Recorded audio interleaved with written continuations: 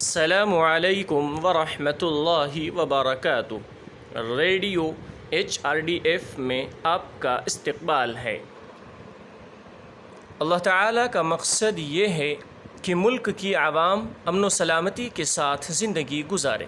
ارشاد باری تعالیٰ ہے، اللہ تعالیٰ اس بستی کی مثال بیان فرماتا ہے جو پورے امن و اطمینان سے تھی، اس کی روزی اس کے پاس بآسانی ہر جگہ سے چلی آ رہی تھی۔ پھر انہوں نے اللہ تعالیٰ کی نعمتوں کی ناشکری کی تو اللہ تعالیٰ نے اسے بھوک اور ڈر کا مزہ چکھایا، جو بدلہ تھا ان کے کرتوتوں کا۔ جب لوگوں نے اپنے خالق کا شکریہ ادا نہیں کیا اور زمین میں فساد پھیلانے لگے تو اللہ نے اپنی نعمتوں کو واپس لے لیا۔ زمین کو نقصان پہنچانے کی کوشش کر رہے ظالموں کو شکست دینے کے لیے تمام امن پسند لوگوں کو ایک ساتھ کھڑا ہونا چاہیے۔ یہ اللہ تعالیٰ کی انسانی فطرت کا مطالبہ ہے۔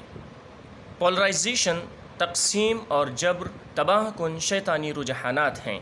اللہ مؤمنین کو آگاہ کرتا ہے کہ حضرت ابراہیم علیہ السلام شخصیت کی مثال ایسی تباہ کن کوششوں کے خلاف لڑنا ہے اور ملک اور اس کی عوام کو پرامن اور محفوظ بنانا تھا۔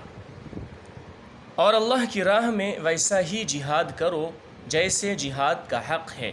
اسی نے تمہیں برگزیدہ بنایا ہے اور تم پر دین کے بارے میں کوئی تنگی نہیں ڈالی۔ دین اپنے باپ ابراہیم علیہ السلام کا قائم رکھو، اسی اللہ نے تمہارا نام مسلمان رکھا ہے، اس قرآن سے پہلے اور اس میں بھی، تاکہ پیغمبر تم پر گواہ ہو جائیں اور تم تمام لوگوں کے گواہ بن جاؤ۔ بس تمہیں چاہیے کہ نمازیں قائم رکھو اور زکوٰۃ ادا کرتے رہو اور اللہ کو مضبوط تھام لو، وہی تمہارا ولی اور مالک ہے۔ بس کیا ہی اچھا مالک ہے اور کتنا ہی بہتر مددگار ہے۔